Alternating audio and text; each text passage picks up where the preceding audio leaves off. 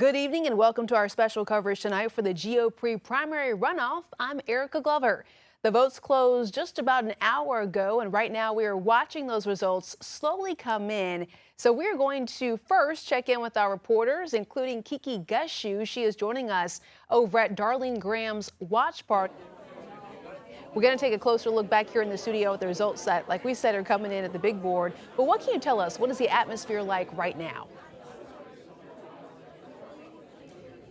Erica, Darline Graham supporters have been filling in here since 6:30, and they are eagerly awaiting the results of tonight's runoff. Now, Darline Graham has spent the last couple weeks traveling South Carolina, campaigning, and making sure that people know that she speaks for the everyday South Carolinian. And that's what we heard here tonight. I got to speak one-on-one with one of her supporters, and she told me that's really, really what she admires about the senator. Take a listen. Is smart, she's capable, she's walked the walk that many of us in South Carolina have walked. She's had to, at points in her life, work 3 jobs, and she's just a regular South Carolinian, and she understands that we're concerned about gas prices and grocery prices and how we're going to pay our insurance bills and power bills. Supporters here are sporting their signs, and they're also waiting and watching as those results come in. Now, Senator Graham is expected to speak here tonight and address her supporters. We'll be bringing you all the coverage from here at her Columbia watch party. Live in Columbia, Kiki Gushu, News 19 WLTX. Waiting and watching, Kiki, thank you so much. That's also what we are doing right here in the studio. Behind me is the big board where we are slowly watching those numbers come in. So right now, let's go ahead and take a closer look. Right now, you can see that number total reporting is at 19%. For Darline Graham, we are seeing 53.8%. Right now for Ralph Norman, you can see for yourself, we are seeing 46.2%. If I go ahead and click on different areas right here to give you a closer update, I'll click on Oconee. Right now, 45.2% is what they're reporting so far. So like we continue to say, the numbers are slowly coming in. So when it comes to Oconee, we're seeing Ralph Norman at 52.0% and then Darline Graham at 48% behind him. And I'll click on over here closer. Newberry reporting 0%. So I know some folks were asking why 0%. We double checked that. That is the case at the moment. We are working to update these numbers, though. I'll click on another area for you. Let's see here. We have Chester reporting at 52.4%, Ralph Norman at 53.2%, Darline Graham at 46.8%. And then I will also go over here. Let's say Spartanburg 41.1%, Ralph Norman at 62.7%, Darline Graham at 37.3%. But then if I click out, on the whole, right now, you're still seeing Darline Graham at 53.8 and Ralph Norman at 46.2. So we'll continue to give you different updates from this big board and give you different looks at different counties. Let's go ahead, though, and tap in with our news anchor, of course, J.R. Berry. He is joining us in the other studio, talking with our experts in more detail, answering all of our questions. Hi there, J.R. Erica, thank you so much. John Parker is our Republican strategist tonight. Shannon Bridgman from USC. Joining us to discuss what is going to be unfolding as the night progresses. Guys, thank you so very much. Thanks for having us. All right, so Shannon, I'm going to begin with you on the end. Are you surprised at what you're seeing right now? 20% of the vote counted, and Senator Graham is up by about 8,000 votes tonight. Well, we really didn't know what to expect. This is such a compressed race. I mean, we've got this very accelerated campaign, 2 weeks to really kind of whittle these 2 candidates down. So many unknowns out there. So we didn't have, as we were talking about earlier, we didn't really have any polling. We didn't know what we were looking at. So really, it's anything goes. We don't think it's going to be 80-20, 70-30 statewide, but much closer in terms of what is the power of the president. What is the power of being homegrown? What about being a long-term incumbent versus a short-term incumbent? We're just kind of waiting to see how this shakes out. And John, she mentioned the president. The president was just in Horry County on Friday. How big of a deal is this playing in this race tonight? It certainly has a big impact. You saw him at the rally personally coming down to Myrtle Beach. You saw a tele rally for him, calling all the voters, multiple clips. There's no question the president threw his full weight and support behind Darline Graham, and Republicans certainly pay attention when something like that happens. What about the lack of polling for this race? I think Trafalgar came out with a poll late last night. They dropped it, I think, about 11 o'clock in the evening, that showed it like 47.9 for Senator Graham, 47.8 for Ralph Norman, with about 4% undecided. Why wait until the last minute to put something like this out? To give us some kind of expectations to go in today, but it doesn't take everything. You know, you've got the polls, you've got people that have already voted, early voting. It depends on who your samples are. We've got such a small subset of the entire electorate of South Carolina participating, so you've got to ask yourself, who are the people that they're contacting, and are they really representative? But to give us some sense, because we really just didn't know what we had going in, other than these sort of other factors that have historically over the last few years mattered. I know the Norman people last night said they were told at about 9 o'clock that poll was going to have him up about 8 to 14 points. 2 hours later, not so much. Yeah, ultimately, Robert Cahaley, who does Trafalgar's polling, traditionally, quite often, drops a poll at the very last minute. He likes to be the last voice and measure of it. One difficulty in this 2-week runoff is that we were having trouble getting data from the Election Commission on who voted in the special primary. It was such a short turnaround, and ultimately, you do have a difficulty as a pollster of figuring out what does this electorate likely look like. What is the turnout going to be? What the Trafalgar poll clearly showed is either candidate had enough votes in the state to win, so then it turns to who runs the best campaign and specifically the best turnout operation, who gets their voters to the polls. Are you guys surprised at how many people have voted? The votes right now, 20%, 113,000 votes have been calculated. You multiply that by 5, that's, if that happens tonight, that's a huge voter turnout. Much higher than I would have expected, quite frankly. The turnout game is really what you're talking about. Every election tells us who the electorate is, right? The electorate that turns out on November, the first Tuesday of November in a general election is not necessarily going to be the same electorate that comes out tonight.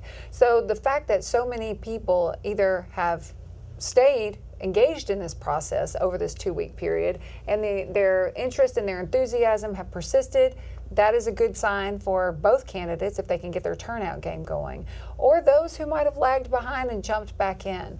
So I would have expected a smaller turnout for this one, still smaller than a normal general or even the June primary, but certainly one that's worth paying attention to. Yeah, it's on pace to actually be a larger turnout than the regular special primary for early voting, and it's on pace to actually maybe be higher than we expected, even if it doesn't reach those regular primary numbers. I think that goes to a testament to both the campaigns and all of the money that has gone into this, and then also that the president has come down and there's that kind of national attention on the head-to-head battle between these two candidates.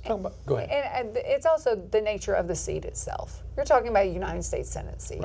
Right? We're not talking about a commissioner seat or some sort of important but statewide constitutional office. We're talking about a 6-year term in the United States Senate to succeed Lindsey Graham. That question in the debate last week between the two candidates, the question about national security, Taiwan and the South China Sea, Darline Graham basically said, look, folks aren't really concerned too much about that right now. They want to know when the gas prices are coming down, the grocery prices, the light bill, the phone bills, all that other thing. And judging by the numbers tonight, would you say that she's correct with that? I definitely would. In polling, we found that almost 70% of the electorate said, look, domestic pocketbook issues, that's what I care about. I basically don't even care about foreign policy. There still is a third of the electorate that does value foreign policy as a top priority. But the pocketbook issues are being listed as number one, whether it's debt or it's the cost of living, number one issues for the electorate in the general election as well as the Republican primary electorate. And Darline Graham has been very good about staying staying on that message of I'm one of you, I feel your pain, and I want to do something about it. Shannon, she was raked over the coals, though, last week following that blunder, as some people call it, during the debate. And the national news media had a field day with it the next couple of days afterwards. But again, when it comes to South Carolina and the voters, apparently they don't have a big problem with it. No, and she's sort of positioned herself well on both sides of the line, right? I'm an outsider. I'm one of you. I'm new to this. I live the same kind of life you do. I have the same family issues you do. And then she's also saying, but I'm Lindsey Graham's sister, and I've been involved in state government, and I know I have my pulse on what the voters want. Part of it is also posing her response as a contrast to her late brother, right? Because Lindsey Graham was a hawk, a foreign policy hawk, and was very active on the scene as a voice for foreign policy concerns nationally and internationally, and made that sort of one of his calling card issues. So that kind of highlights the difference between the two of them. But when you're talking about the people that do turn out, I don't think a lot of people are thinking about the South China Sea when they're heading to the polls today. They're thinking about how hot it is, and how poor they are. A lot was being made also about whose ads were airing and who was paying for those ads during that debate back and forth. Ralph Norman basically saying that the Washington establishment wanted Darline Graham and they were pumping all the money in, and then Darline Graham countering with, you've supported Democrats in the past. I think when it's all said and done, I think close to $7 million going to be spent on campaign ads for the initial primary 2 weeks ago and then the runoff today. That is a tremendous amount of money for that job. Yes, and I have to point out that those millions of dollars came from both sides of the aisle, which is something that's interesting about Darline Graham and her potential to unify people. Because you have President Trump on one side here, obviously adamantly supporting her, but then you also have many moderate and Democrat people that say, hey, look, I think this is a person I could work with. And so she certainly has the potential to be a unifying candidate, and I think as we look at the election results tonight, we may see how those more moderate sides of the spectrum also joined with those conservative Trump Republicans.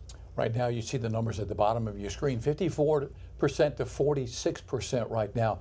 Are the numbers there, Shannon, for Ralph Norman to make a comeback this evening? Sure, it really is just going to depend, it looks like, on the upstate, because that seems to be where his strength is. And when you're looking at the political geography of where the turnout is and what's happening, we've got a lot of population growth up there, and the turnout game seems to be a little higher.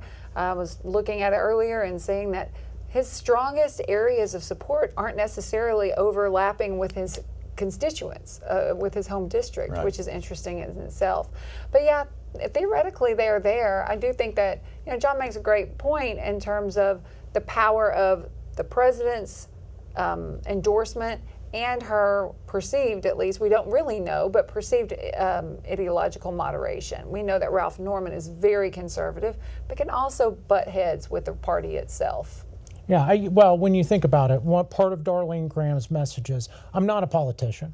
I'm just like one of you. And if you look at most Americans that are she says she's a volleyball mom, most soccer moms, most volleyball moms, they aren't real far right or real far left. They just want to make sure they can put food on the table. They want to make sure their kid gets a good education and has health care and so on and so forth. And Darline Graham speaks to those everyday voters. I know. A couple of weeks ago, when this thing was headed to a runoff, I heard some people say, oh, this is going to be Pamela Evette all over again. She's maxed out on her support. She's not going to pick up the extra support needed to win the nomination, the Republican nomination. Doesn't seem like we're having a rerun of Pamela Evette tonight. Well, Pamela Evette had a problem, which is the co-endorsement of her opponent. So we don't have that tonight. President Trump has come out early and for Darline Graham and said it consistently. He hasn't waffled. He even said, I think he put out a statement and said, I'm on the ballot tonight in South Carolina. So he's put that out there. There's no mixed messages.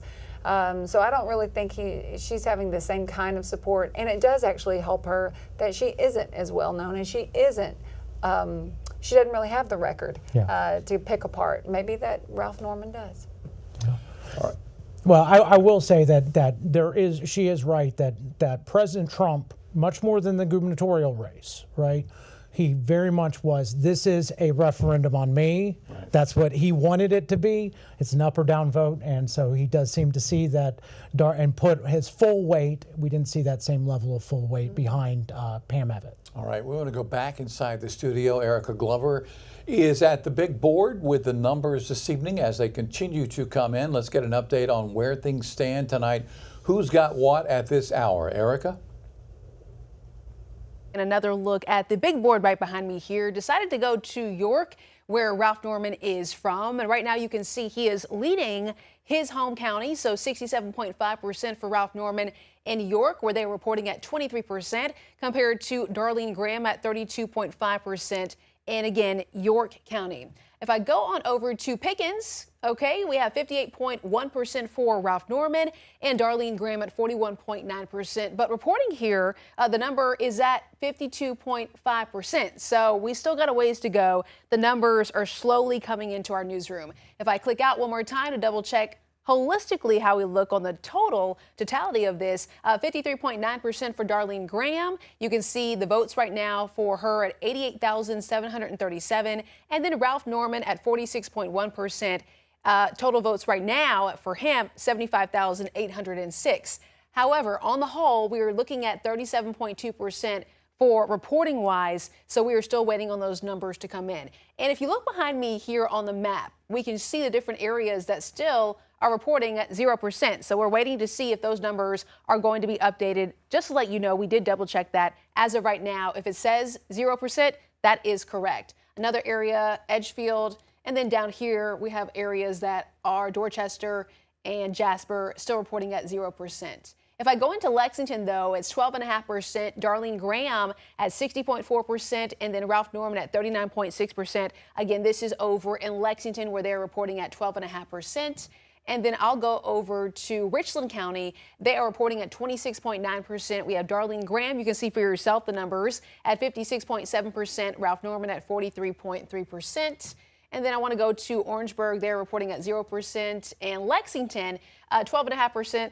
Darline Graham at 60.4% and Ralph Norman at 39.6%. So once again, I'll click out to see if there's an update. South Carolina reporting at 39%. You can see the numbers here for yourself. We are going to, I believe, check in for a live look and an update with Kiki Gushu. She is standing by for us, giving us an update from the Darline Graham watch party right there. So Kiki, what are you seeing behind you? I know there's not a lot of action right now, but let us know what you're hearing and seeing in there. Erica, there actually are a lot of supporters here. They might all just not be behind me at this moment. They're sporting signs and stickers really supporting Darline Graham. Now, they also told me that they really feel that she is a candidate who understands the people's problems of South Carolina. They feel like she's a good person to represent them as a South Carolina state senator. Now, they are eagerly awaiting as these polls come in. They're telling us right now they're feeling very positive as Darline is ahead right now. But we, of course, will keep you updated and bring you a little bit more as the evening continues here and as we wait for Senator Darline Graham to take the stage here tonight. Erica? All right, Kiki, thank you so much. If I can, though, Kiki, I do have a quick question for you. You said the folks are waiting for some more updates as those numbers come in. Have you heard anything as to a timeline as to when she could be coming up there? Anybody with her campaign office, anybody speaking? So we did hear that Senator Graham has been watching these results come in with her family at her Lexington home. They say that they know that she will be coming here to speak tonight either way, but they anticipate that it will likely be after a little bit more of these votes have been counted and have come in, just to make sure it's a little bit more official before she comes here to speak tonight. Erica? All right, certainly, yeah, just wondering if anyone's going to come out there and speak at any time. Kiki, I know that you will keep us up to date on everything happening there. Again, she is at Darline Graham's watch party, and we are, of course, standing by for more updates, and we'll continue checking back in. Again, if I just double click here, that number increasing a little bit here, 39.6% total reporting numbers, but still you can see right here, 53.5% for Darline Graham and 46.5% for Ralph Norman. I promise the numbers will continue updating in real time right behind us here on the demo wall, and of course, we'll have some more updates as this night continues on. It's going to be a very busy Tuesday night, and I do think we're going to check back in with JR. He is standing by in Studio B. I know that he is speaking with our experts who are giving us some more information about the numbers that we are seeing here tonight. Wings here. All right, 40% of the vote in now, 172,000 votes cast with 40% in. How soon before the Associated Press calls this race? I think we're going to have to wait until Greenville gets more of their vote in. That's going to be it's a critical box in the upstate. We're seeing Spartanburg's numbers starting to roll in more. Until that happens, I don't know that the AP can call it. That close? Do you think the upstate could sway? It could swing that much. It's a large box, so I think we still have a little ways to go. We're 13,000 votes down. It's getting closer though to that point that they can call it for sure. All right. What do you think the biggest issue was in this race? I know you've got a politician in Ralph Norman who's been in office for so many years in Congress, and then Darline Graham, who has only been a senator now for a handful of weeks. What do you think the biggest issue is? I guess Norman supporters might say it's experience, but other than that, was there one big issue that stood out, Shannon? I think the issue isn't a traditional political issue. It's not. I mean, it's the economy certainly, but the issue wasn't about foreign policy experience going into this by any means.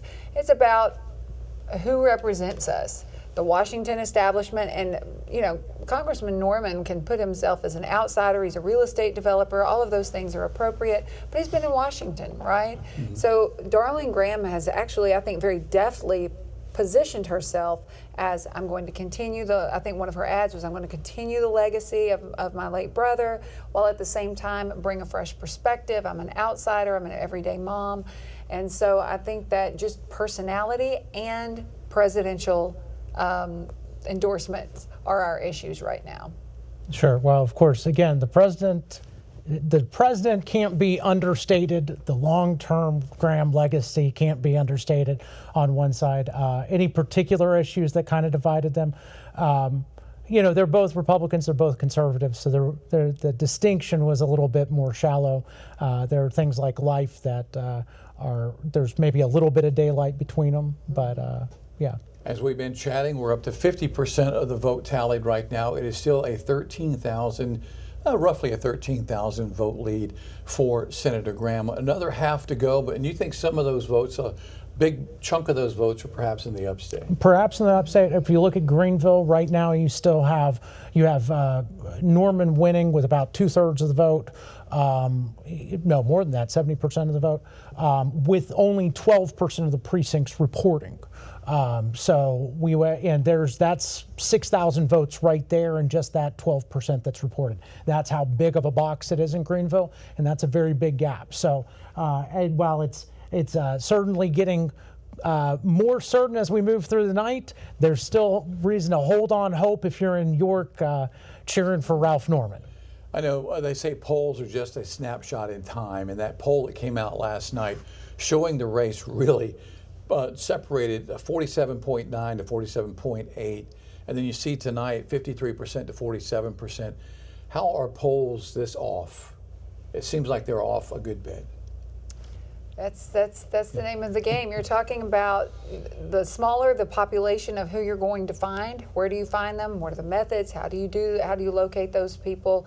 Also, we've got time constraints. We're really talking about one poll. Right. Usually when we're talking about polling, we do even a poll of polls, the averages of polls. This is a snapshot in one time with one camera. We don't have a lot of different perspectives, and it's a very compressed time.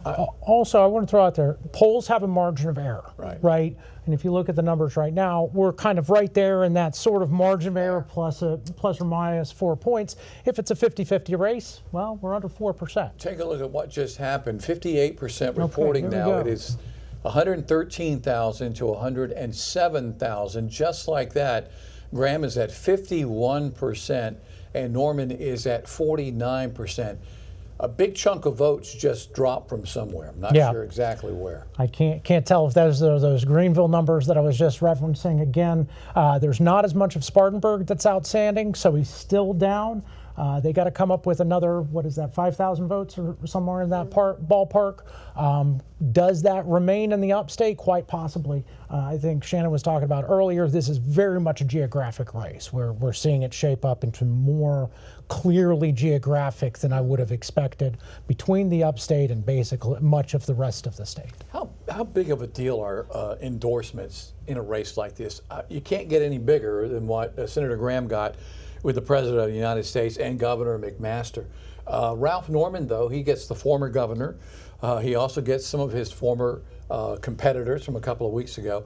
And Norman's got a long list of politicians across the state who backed him in this contest. So, Dr. Bridgman, again, how big of a deal do they play? Well, I mean, if we've got a scale and we've got statewide politicians that are well known, some who are former, some who are current, and these are also his former opponents, they are not people that made the runoff. So if you can get them aggregated and get all of their support, it matters a lot. But that's really not what we're seeing. So when you put the collective on one side of the scale, and then the president and the governor on the other side of the scale, if to the extent to which endorsements matter, this is it. And within the Republican Party, not many people are going to want to come out and counter sort of the personality weight of the president. Yeah, you do run into some team type aspects with that. Also, I got to throw out there that, there is a difference between the Trump endorsement and other endorsements, right? And that the amount of money and energy you put behind that is relevant. I would imagine relatively few of the 100 or 400,000, 300,000 voters that are going to vote today knew that Jim DeMint endorsed Ralph Norman, for example, or they don't know who Rick Scott even is. The other part there is that Darline Graham is a unique person in that she's a kind of blank slate. Right? So if you don't really know who they are, all of a sudden, if all your favorite politicians say, well, she's good, their opinion's going to be, at least for me as a voter, their opinion would weight more than a standard campaign. 62% of the vote counted, and it's about a 5,000 plus margin lead for Senator Graham at the moment, maybe 6,000 votes or so. Understand that Norman is up by about 5 percentage points in Richland County. Our Erica Glover is at that board this evening, keeping track of the counties as the votes are coming in. Want to send it back inside the studio, get an update from Erica. If we can get a breakdown of some of these numbers statewide and maybe in Richland County, Lexington County, and maybe in the upstate also. We're talking about Greenville and Spartanburg. How much of the vote is in there? Okay, so first let's talk about what's happening over in Richland County. 26.9% total reporting as of right now. 56.7% for Darline Graham. Ralph Norman at 43.3%. So again, that's over in Richland County. I'll click over to Lexington, reporting at 40.6%. Darline Graham 59.4%, and then Ralph Norman is at 40.6%.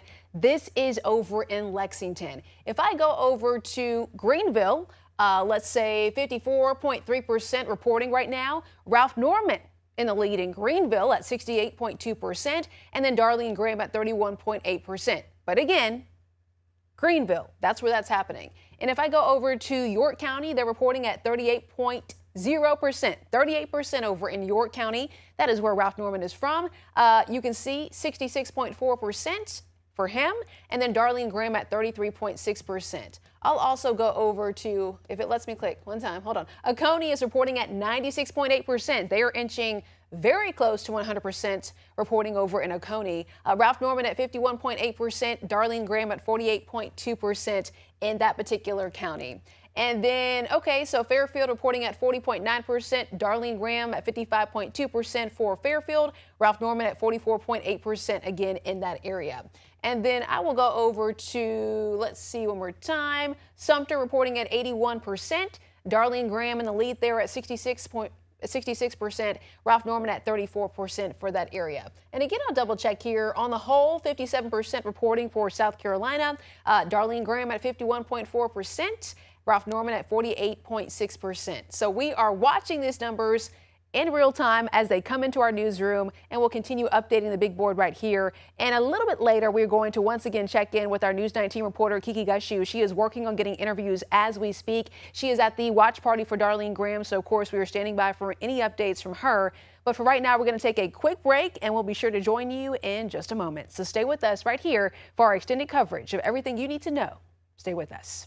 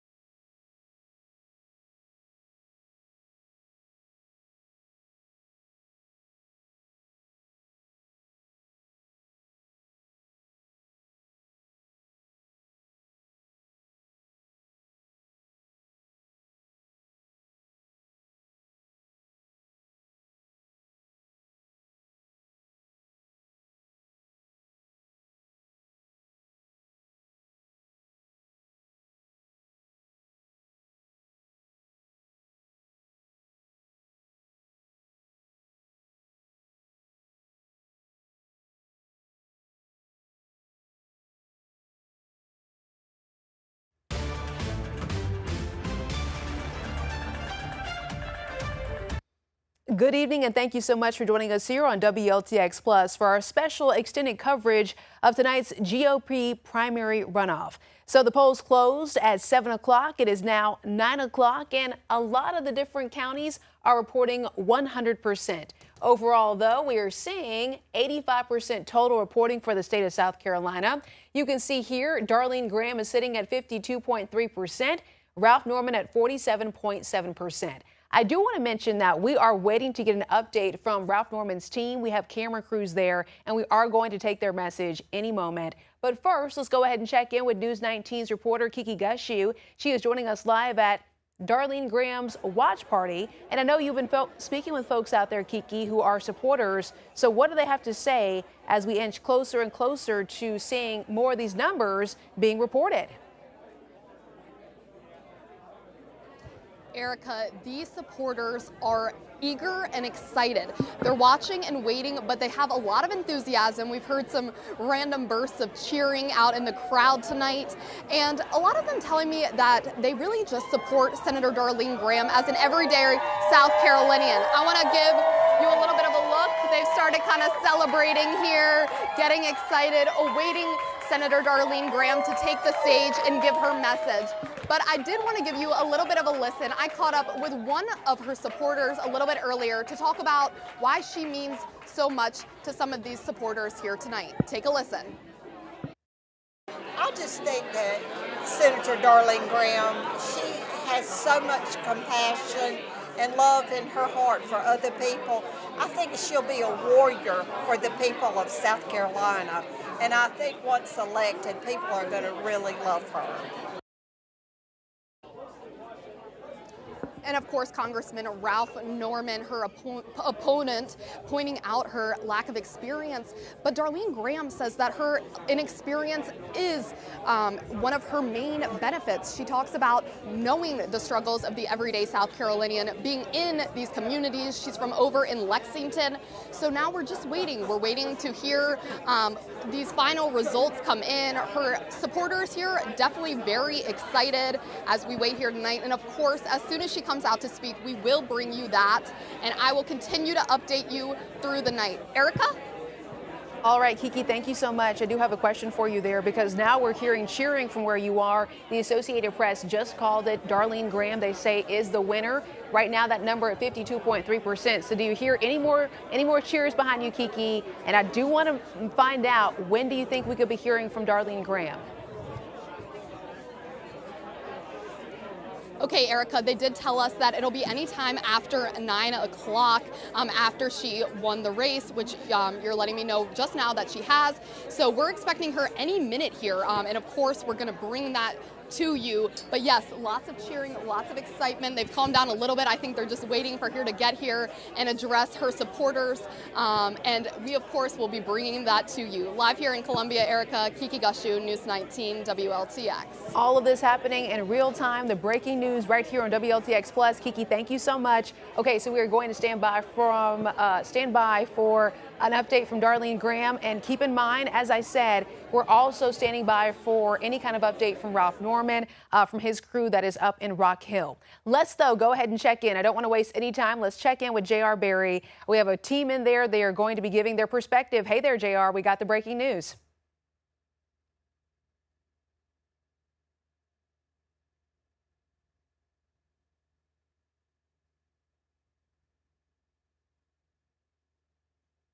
Hear me. There we go. The mics are on now. The Associated Press calling the race for Darline Graham just a moment ago. We're waiting for Senator Graham to come out and meet with her supporters in just a few moments. When that happens, you will see it live unfold right here on News 19. Any surprises here? Because she has led out of the gate tonight with the early vote numbers that were released shortly after 7 o'clock. Shannon, any surprises on your part? Not really. We didn't really have a lot to go on coming into this, but given her kind of a blank slate, I think, is what we heard earlier, and the president's encouragement, he came down and gave personal support to her, hosted a rally for her. We saw high turnout in that area, and we really didn't know what we were going to be looking at, and she's won it, but it wasn't a runaway, and so you know, we still have good competition even in these primary runoffs. John?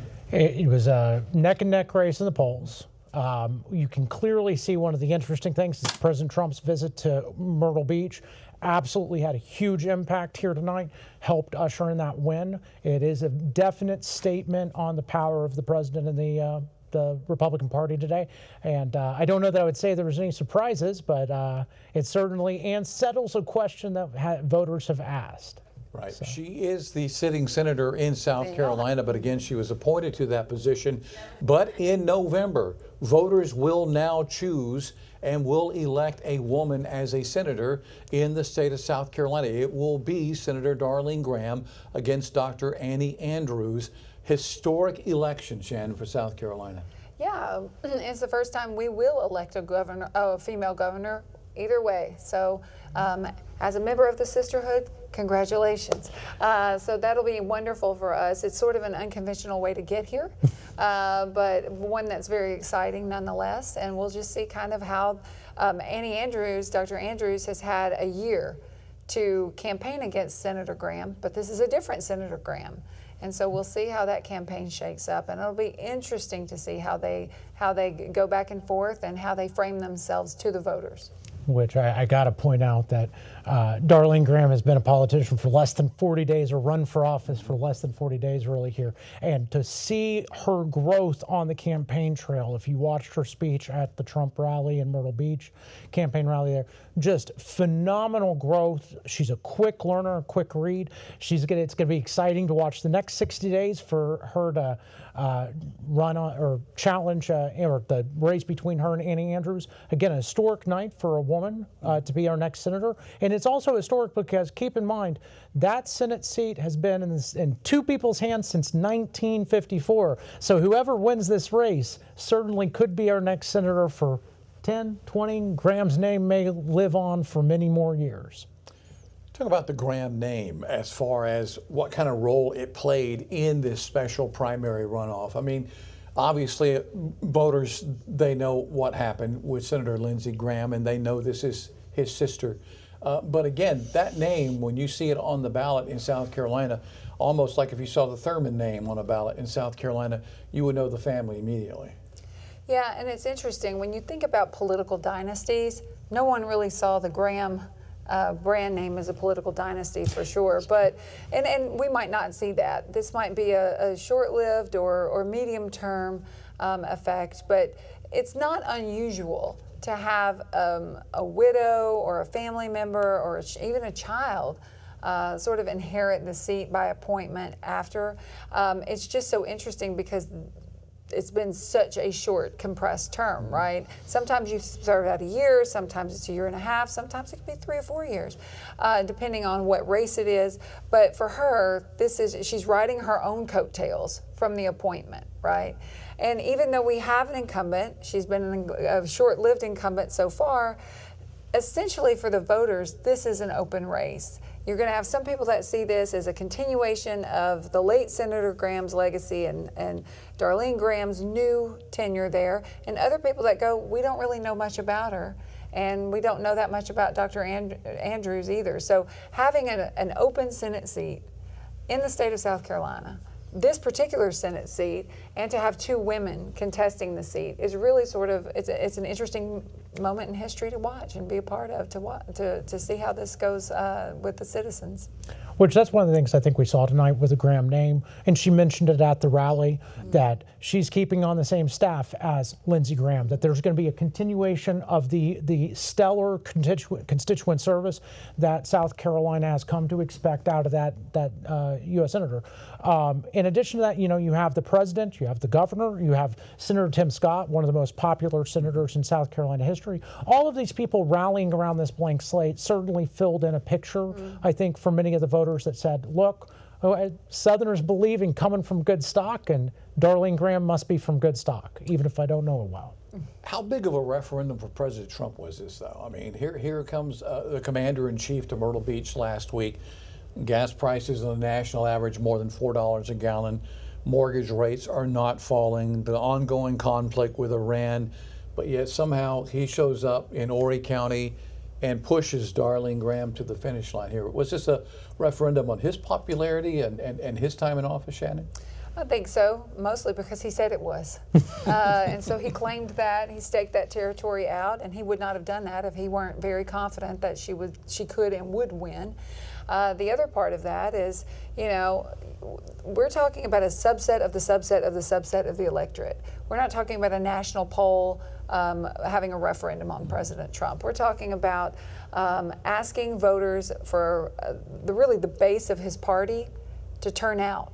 And these are people who are typically loyal to him anyway at the polls and in their personal lives, in terms of their approval and their tolerance for such issues, even when they cause discomfort. Certainly, you know, it was definitely Trump was on the forefront of the voters' minds tonight. There's no question about that. Even if they didn't want him to be, there was the text and the phone call and the other phone call and the commercial. There was no question that any voter that went into the poll today knew where the president stood. And again, you had a blank slate, so that certainly matters. Now, to Shannon's point that it is a subset of the electorate, this isn't. She is right. This is a referendum on Trump within the Republican Party. Right, that is not, to some extent, that is not a statement about what happens in the general election and midterms. Generally, whoever's the president, Republican or Democrat, there's a bit of a drag that comes in the midterm going into that general election. What happens with Ralph Norman now? What happens with Ralph Norman now? You know what? I think he's probably ready to hang up those spurs. I know he said he was ready to hang up the spurs, right. And then this came out. So I think that's probably about the last hurrah, and he'll get to enjoy being a senior spokesperson on the outside. All right, want to send things back into the studio if we can. Erica is standing by. I think we have about 93% of the vote counted right now, and at my last numbers are correct, it is about a 17,000 vote lead for Senator Darline Graham. Is that about right, Erica? Okay, so we will take a closer look at the numbers, JR, because I'm seeing 91.7% reporting so far. And then you see for yourself here 52.4% for Darline Graham. The total number of votes right now at 182,456. And then below, we have Ralph Norman at 47.6%. The number 165,866. We are breaking everything down by the numbers here as they come in. We also, if we go over here, you'll see this area, Pickens, 100%. So it just depends. We're clicking on different counties here. Let's see Richland. I wanted to tap back in to see. They are reporting at 90.6%. This is here in Richland. Darline Graham, 55.5%, and then Ralph Norman at 44.5%. I will click on over to Lexington. They are now reporting at 100% in Lexington. So you can see Darline Graham at 59.7% and Ralph Norman at 40.3%. Let's go over to York. Ralph Norman's territory, 66.4%, Darline Graham at 33.6%, but reporting at 44%. Overall, though, let's go ahead and check back in. Hasn't changed. 91.7%, not quite at 100%, but the Associated Press calling this one, saying that Darline Graham is the winner for this at 52.4%. We are standing by because our reporter, Kiki Gushu, she is live at the watch party for Darline Graham. She has been busy out there speaking with folks who are in attendance. And we are going to have her perspective in just a moment. We also are standing by for Ralph Norman's speech to come take to the podium. He is over in Rock Hill, so let's go ahead and listen in to what's happening there.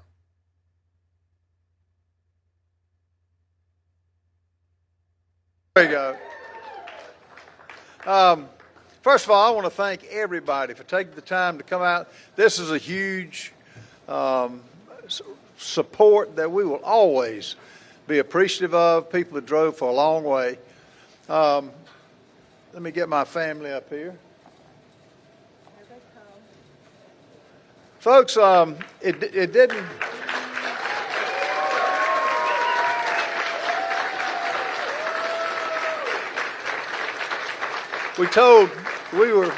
Had the family together and we said, you know, I couldn't have done anything different. I really could not have worked any harder. All of us, we really could. We did everything we knew to do. And it's such a privilege to be able to run and offer yourself up for public service. And, you know, I did not prepare a concession speech, I'll tell you. That was not in the cards. But, you know, when you sign up, you can win or you can lose. I took that risk. And it didn't turn out. We fought.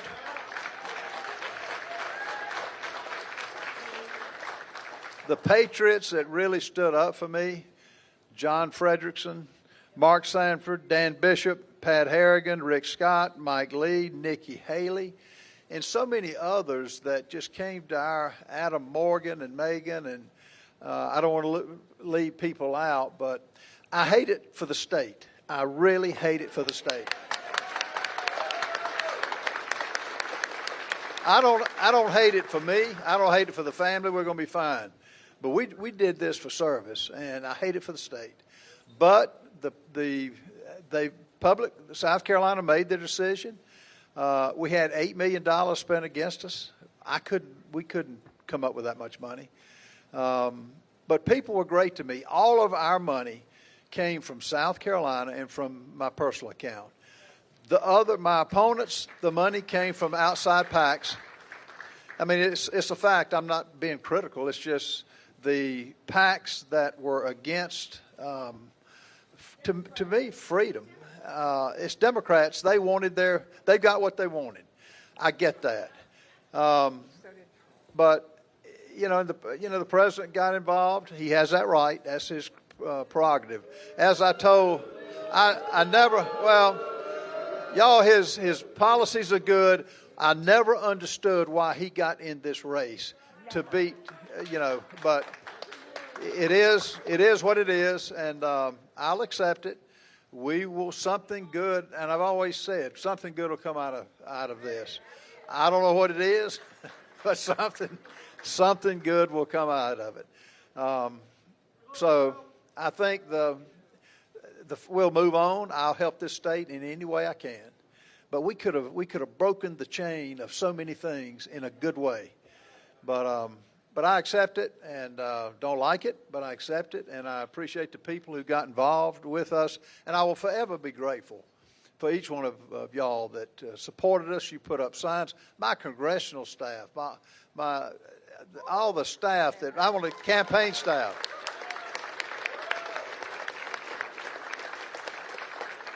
I mean, they put up signs.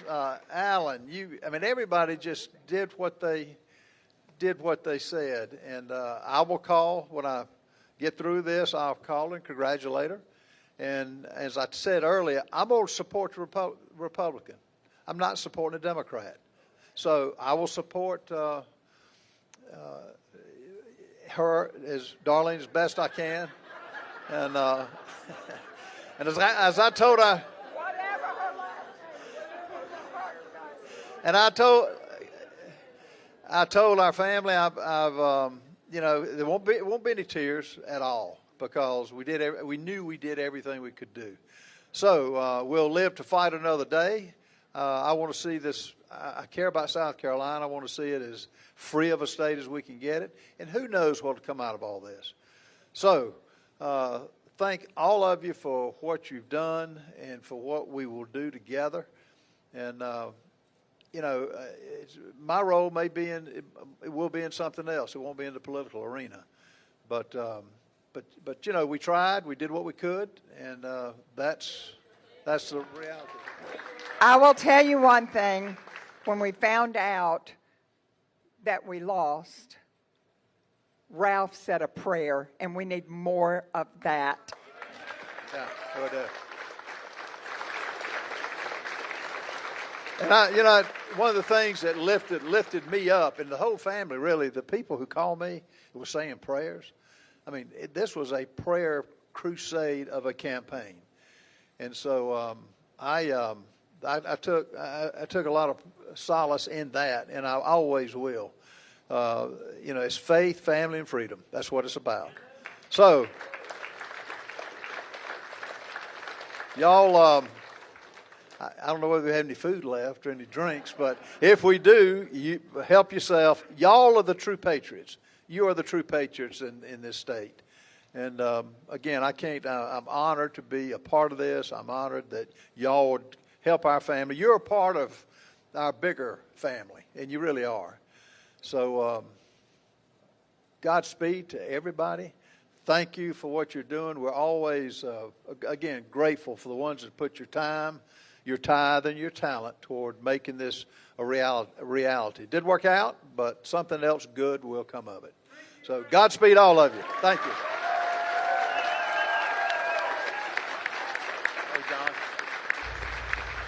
Okay.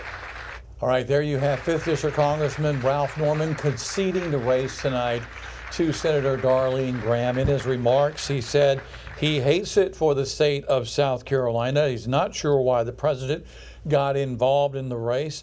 He said there were a lot of money spent against him. PACs against freedom is what he called it. He says he's going to accept the results. He doesn't like it. But at the end of the day, he won't vote Democrat. He will support Graham the best he can. He also said no tears at all. He's going to live to fight another day, but his future role, whatever it will not be in the political arena. Reaction tonight. John, what did you think about that?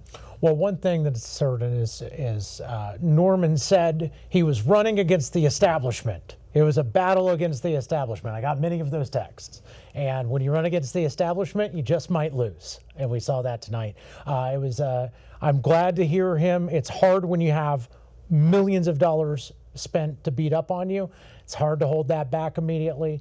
I'm glad he got around to making sure to get to that unifying message of no matter how bad I think my opponent is, it's worse to be a Democrat. Shannon? That was certainly honest and heartfelt. I think you could tell the disappointment, and I guess he didn't have any reason to hold back at that point, and you could sense his frustration. And for that of his family, certainly.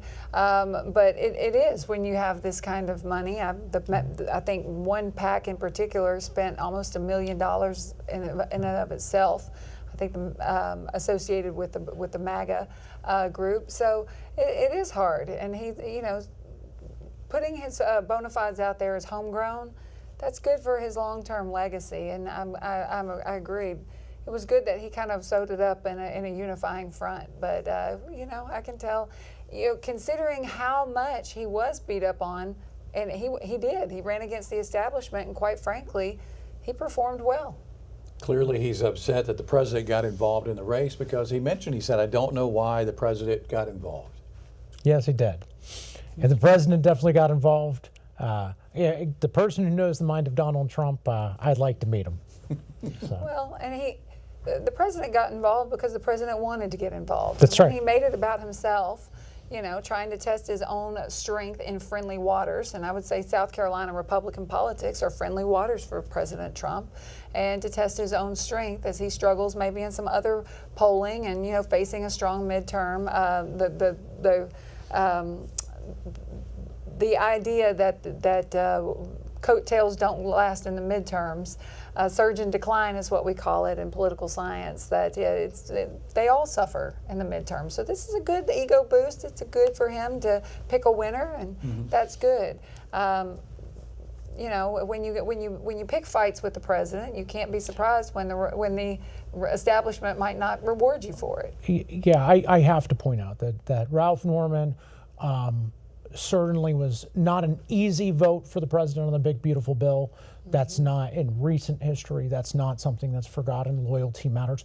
Ralph Norman endorsed Nikki Haley against President Trump, and the president rewards loyalty often. Lindsey Graham was a close ally of Donald Trump, right? And I think he genuinely likes Darline Graham and believes that she will do a good job for him in the U.S. Senate. We have gone through something very rare when it comes to politics. We have buried a sitting U.S. Senator. We have had a primary and then a runoff primary. All of this happening in the span of 6 to 7 weeks. This is something that thankfully doesn't happen every day. But when you look back at it, when you look back, Lindsey Graham passed away what was it, July 11th, I believe. So it's been, what, 7 weeks now since the senator died. And now here his sister is 7 weeks later winning the Republican nomination to take his place. Again, a lot of moving parts in a short amount of time. Yeah, it's interesting that this summer in South Carolina politics, we're not going to see this level of activity again until, you know, the primaries, the presidential primaries in 2028, I don't think. This has been a lot of focus, both within the state and nationally, and has put us really back in the spotlight of the political center of politics right now in the United States. And so we're going to come right back around here in a couple of years, but it's been an incredible summer. What, 8 weeks, 9 weeks? It's been a big summer. Certainly a remarkable year, because we not only had governor and attorney general and all of that turnover, then to ultimately have the second round of turnover with the U.S. Senate. And we really don't get a break in a certain sense, because we're going right back to the polls in just 60 days, basically. Right. Where that's it's about 6-day sprint to early voting at this point. So don't worry, commercials are coming in. You aren't going to get a long break before there'll be another phone call and another knock at the door. Well, they always say the campaign starts after Labor Day, so we'll have two full months of campaigning on the Republican and the Democrat side. I'm not sure, Brandon, if we have the live picture up from the Darline Graham watch party. If we can get that picture up real quick, we can see a lot of supporters are there at this hour waiting for Senator Graham to come out and to thank her supporters and to give her victory speech. What are you expecting to hear, John, with her remarks tonight? What do you think she is going to say to the people of South Carolina? I think that we'll hear, this is her opportunity to speak to those independent voters, those center-right voters, the suburban moms and everything, that she's going to be trying to get there to vote come November. And she'll remind them that she is a volleyball mom. She is someone who has struggled, who's had to work for a paycheck, has worked paycheck to paycheck, and that she's not a millionaire. She is someone who identifies with the cost of living, the health care issues of raising children that have had those struggles, and she'll really bring that message home to that I am one of you and I'm working for you. Shannon, does the race actually start tonight, though, between her and Dr. Andrews? Yes, it will. We don't really get the luxury of a traditional election season, especially for Dr. Andrews. She's been waiting to see who she's going to run against, where most opponents have already known for a while. So it'll start. It'll start for her, and it'll start for Senator Graham, I think, right when she gives this speech. And again, we are awaiting Darline Graham to come out and make her acceptance speech, her victory speech tonight in front of all of those supporters.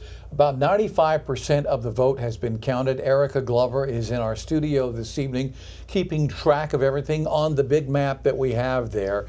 Again, I believe Graham has roughly a 20,000 vote lead at this hour. Let's get an update, if we can, with Erica, get an update on those numbers across the state of South Carolina. Erica?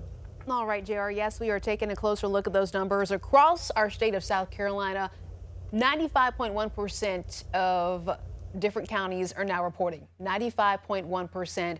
But as we keep talking about, Darline Graham, according to the Associated Press, is now the winner at 52.6%. I'll go into other counties to keep continuing to give you a different look here. So Newberry reporting at 100%. We have Saluda reporting at 100%. We also have Lexington at 100%. Richland reporting at 90.6%, but you see here 55.5% for Darline Graham. We have up here in York County, that is Norman Territory, 44% reporting. And then we'll go back over here to Pickens, 100%. And then if we click on over here, Oconee, 100%. So overall, again, just to reiterate here, 95.1% reporting rate right now.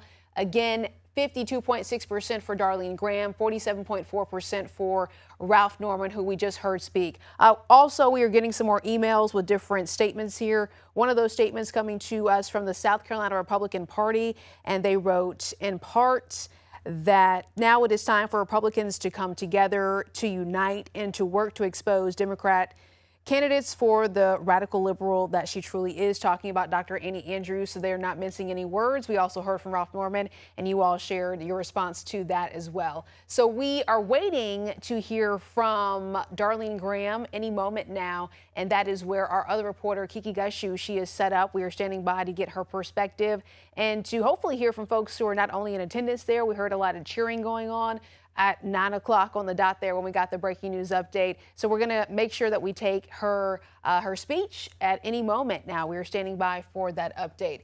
If we want to go in, though, and look at other areas that are reporting here, Fairfield at 100%, and also Kershaw 100%. So once again, most of this reporting 100%, 100%. I'm clicking different areas across our state and all being reported here. So we'll continue updating here once those numbers reach 100. So talking about our reporter, Kiki Gushu, she is out at the watch party for Darline Graham. Let's go ahead and tap in and hear what Kiki is hearing in that area. There she is. All right, Kiki, I see you there. A lot of celebrations. I can hear a lot of cheering out there. What update do you have for us right now? Well, Senator Darline Graham is preparing to take the stage, and just arriving, is the governor of South Carolina, Henry McMaster, here to show his support for Senator Darline Graham. He, of course, endorsed her along with President Trump and Senator Tim Scott, and he is here tonight to celebrate her victory as we wait for her victory speech. You can hear the excitement here in the room. It's expected around 9:45. That's what her campaign manager told us. So her supporters are eagerly awaiting, and I know our viewers are too. So we will be bringing that to you as soon as it begins here tonight. Again, another eruption of cheers. Governor McMaster and Cody Simpson, Director of Agriculture candidate. We win elections.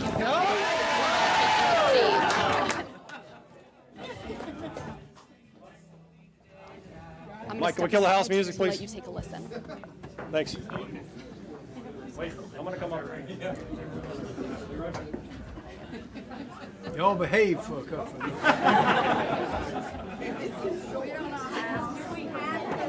No, you don't have to.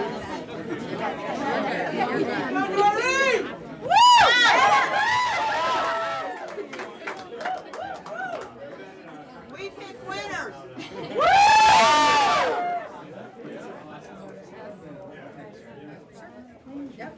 Thank you.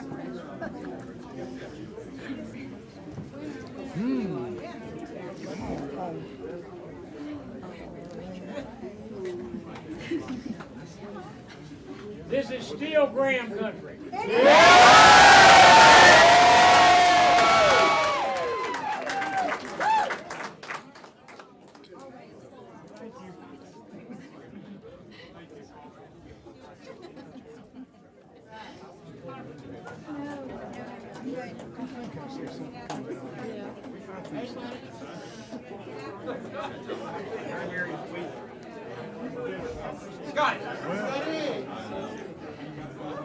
He's smiling down on us. Graham country, baby. He is. He is.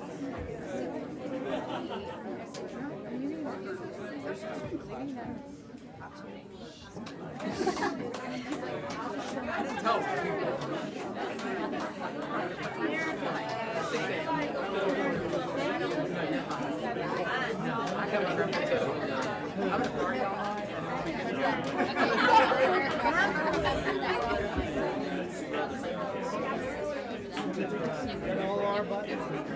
What? What's the great? Press the all our buttons. I hope you get that. Oh, she's so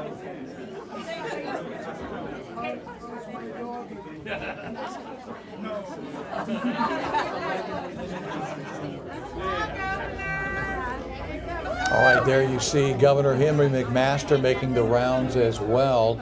The longest serving governor in the state of South Carolina. A little victory lap for him, John, here. Absolutely. For Darline Graham.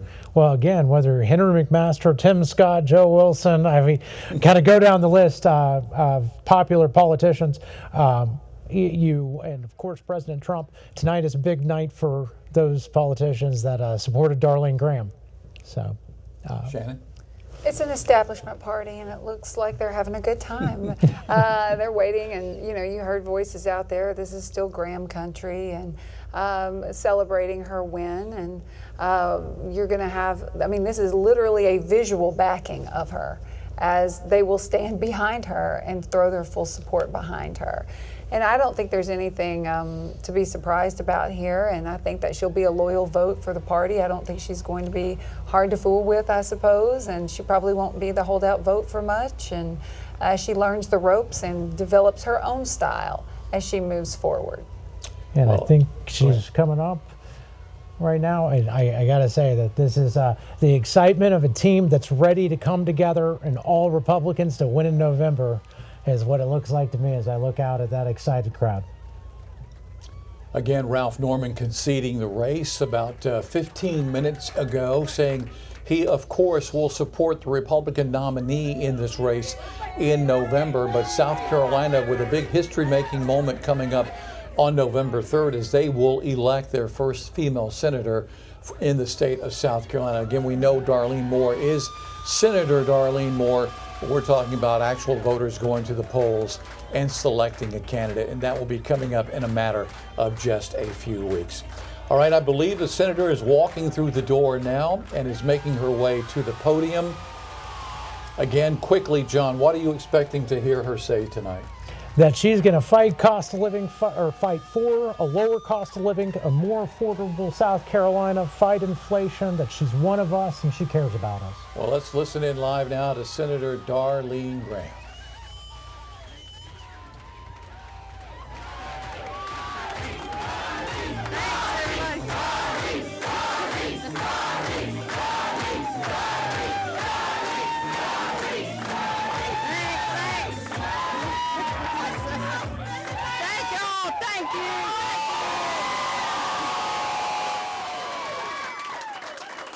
What a night. So, South Carolina Republicans, I humbly accept your nomination to serve as the Republican nominee for the United States from the great state of South Carolina. Thank you, thank you, thank you. First, I want to thank the good Lord who got us through these past few weeks and gave me and my family the strength to keep going. I continue to miss Lindsay every day, and there is still a big hole in my heart. But I know he's looking down right now, very proud of everyone in this room. I want to thank President Trump for all of his support and his endorsement. Mr. President, Lindsay truly loved you and viewed you as one of his closest friends. I appreciate that bond and appreciate all that you've done for our country. Our victory would not have been possible without you, and we are truly grateful. South Carolina is truly Trump country.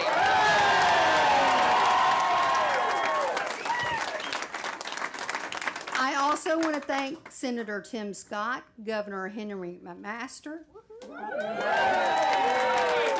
Congressman Russell Fry, Congressman William Timmons,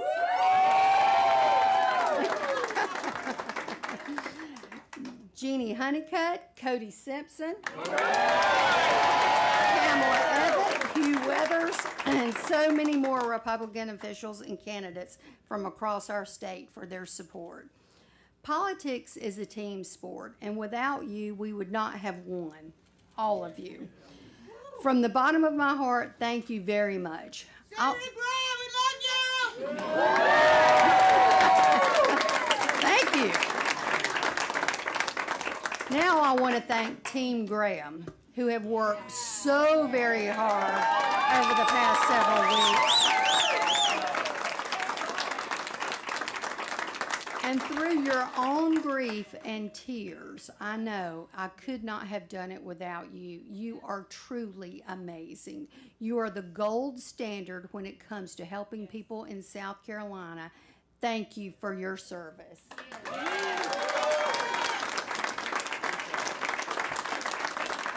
To every volunteer who knocked on doors, made calls, and put up yard signs in the unbearable August heat, thank you. Campaigns are won on the ground, one conversation at a time, and you did that work. This victory would not have been possible without you.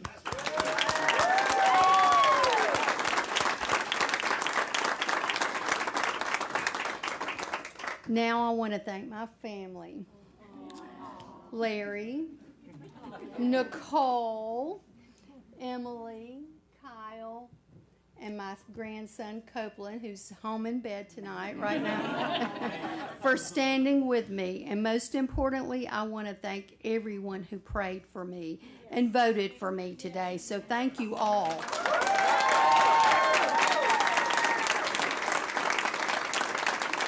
The past few weeks have been an unbelievably challenging time for our family, but you know what? We did it!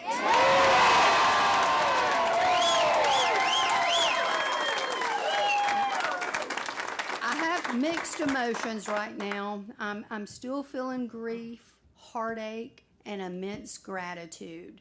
So thank you all again.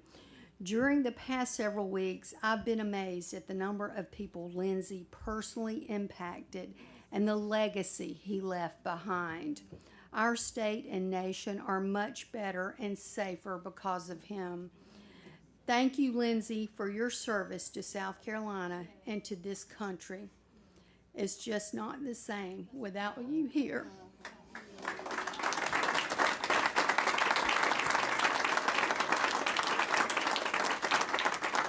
I also want to thank my opponent, Congressman Ralph Norman, and all the other Republican candidates who entered this race.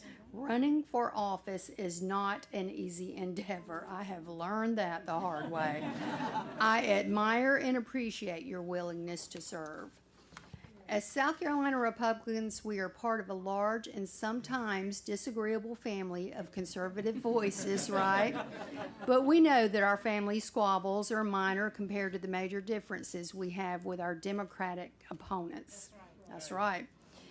If you supported another candidate in this primary, please know that I will work hard to earn your trust and your support.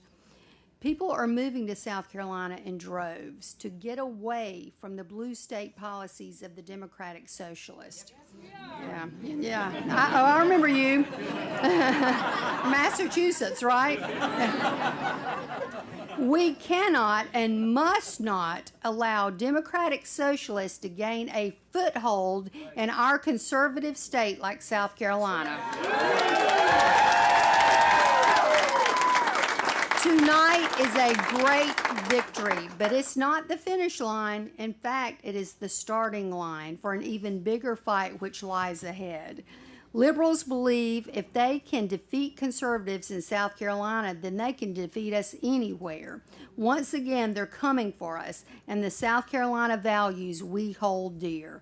For those who are not aware, you need to know that my Democratic opponent, Dr. Annie Andrews, is the most radical liberal ever nominated for a statewide office by the South Carolina Democratic Party. Her views are those of Bernie Sanders and AOC.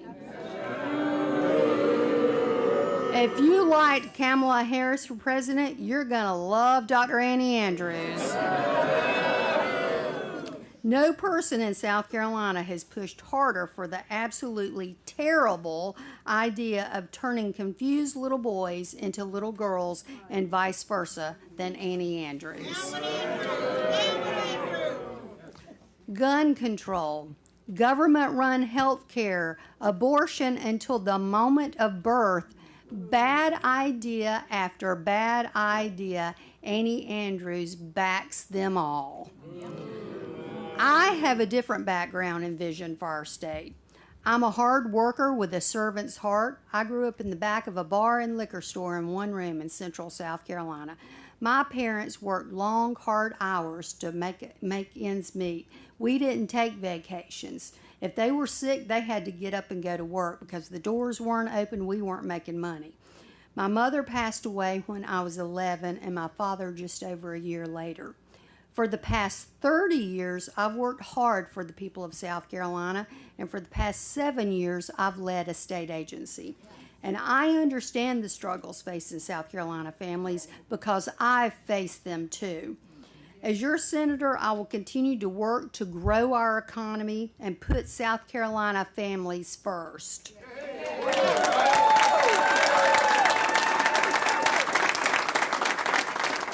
But I cannot do it without your help. We learned earlier today that my Democrat socialist opponent is launching a massive advertising effort tomorrow morning funded by a blue wave of cash from outside South Carolina. So we don't have time to waste. Go to darlinegraham.com to join the team.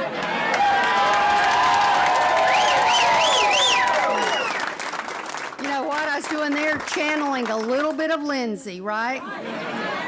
DarlineGraham.com. But you can volunteer or donate for the cause. Please give $10 or $15. DarlineGraham.com so we can go fight back. Finally, South Carolina has walked a difficult path this year. We lost a giant in Lindsay. We've grieved as a family, and we've all grieved together as a state, haven't we? But tonight, you know what? We stand back up the way South Carolinians have done and look forward to the future. South Carolina was founded by fighters, and we are fighters. We will fight for South Carolina with everything we have. So to every Republican, every independent, and every South Carolinian, the battle lies ahead. Join us in this fight.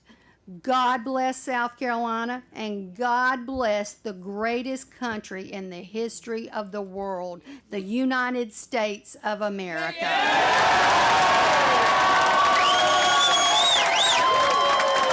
Thank you all so much. Thank you.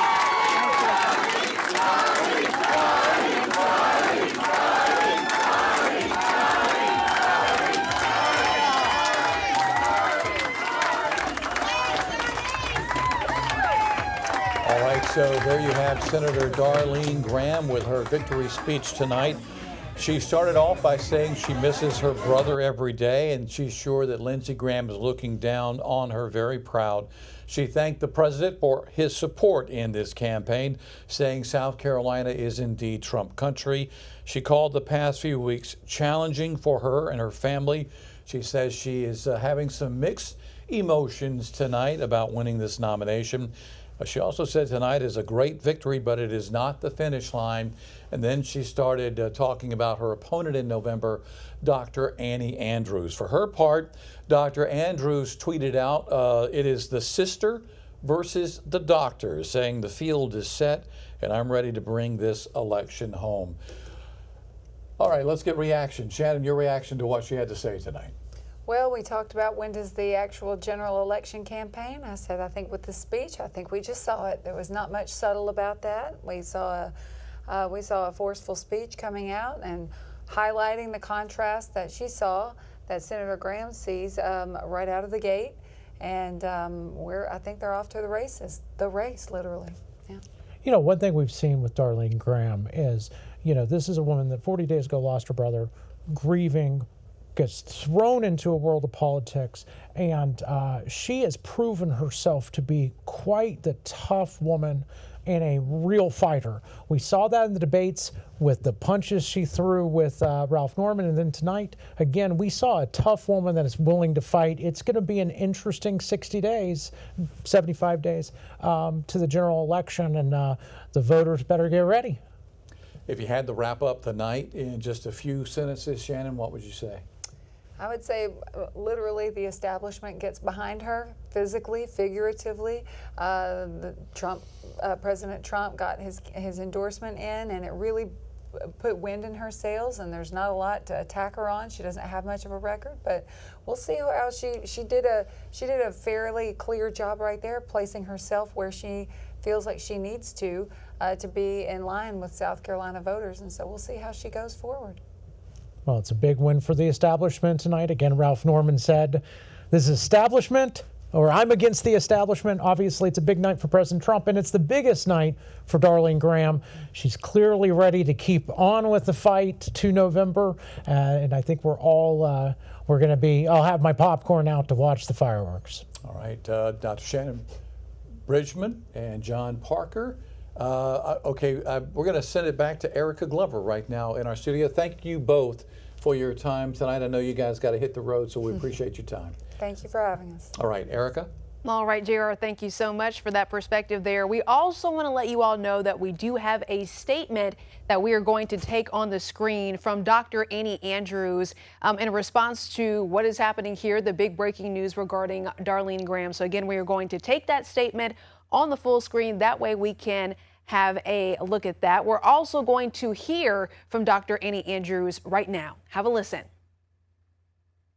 Her comment about national security not being her thing really, to me, just epitomizes her lack of preparedness for this role. You know, national security is a critical issue that any U.S. senator should be prepared to discuss, particularly our relationship with our democratic allies across the globe, including those in the Ukraine and in Taiwan. This is a very important relationship that we need serious people having these conversations in Washington, D.C., especially when we're in the middle of this deeply unpopular, illegal, unnecessary billion-dollar-a-day war with Iran, and she's up on the debate stage asking for a 6-year term in the U.S. Senate, not knowing anything about national security.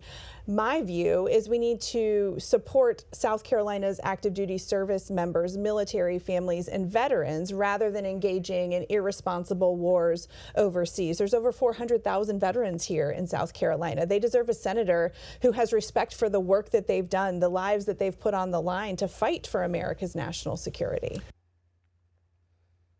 And again, that was a portion of the interview from Dr. Annie Andrews from a couple of days ago here at WLTX News 19. Right here behind me here, we are inching closer towards 100%, 99.6% reported right now for the state of South Carolina.